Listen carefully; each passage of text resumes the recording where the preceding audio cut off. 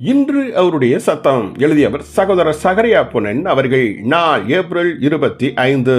தேடி வரும் செல்வம் நம்மை தேவ ராஜ்யத்திலிருந்து பிரிக்க கூடும். ஒரு நாள் இயேசு கிறிஸ்து பேதுருவின் படகில் ஏறி படகை ஆழ்கடலுக்கு கொண்டு சென்று மீன் பிடிக்கும்படி வலையை போட சொன்னார். பேதுரு அப்படியே செய்தபோது தன் வாழ்க்கையில் இதுவரை பிடித்திராத அளவு அதிகமான மீன்களை பிடித்தான். லூக்கா 5ஆம் அதிகாரம் 1-11 வரை உள்ள வசனங்கள். தற்கால கிறிஸ்தவ வியாபாரிகளைப் போல பேதுரு இருந்திருந்தால், கர்த்தாவே, இது மிகவும் ஆச்சரியமாய் இருக்கிறது, நீரும் நானும் பங்குதாரராய் இருக்கலாம். நீர் பிரசங்கம் செய்யும், நான் உம்மை பணம் கொடுத்து ஊழியத்தை தாங்குகிறேன்.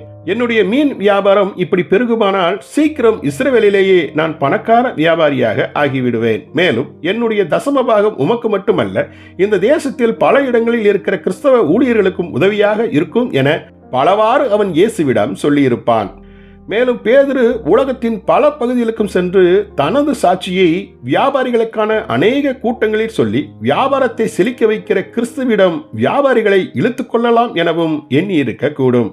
மாம்சத்துக்குரியவர்களின் யோசனை இப்படித்தான் இருக்கும். ஆனால் பேதுரு அப்படி செய்யவில்லை.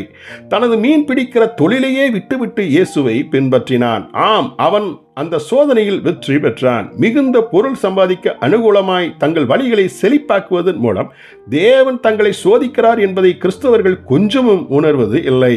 அநேக கிறிஸ்தவர்கள் இந்த சோதனையில் தோற்று போகிறார்கள். அவர்கள் ஒருவேளை அப்போஸ்தலர்களாய் ஆகி இருந்திருக்கலாம். இதற்கு மாறாக மாயையான கோடீஸ்வரர்களாய் ஆகி விடுகிறார்கள்.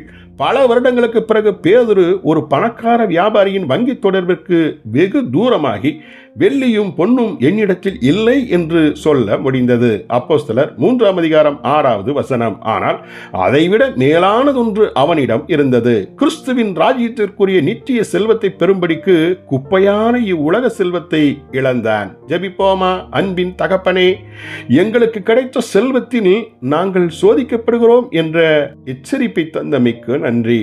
சோதனையில் உண்மையாய் இருந்திட கிருபை தாரும். ஆமேன்.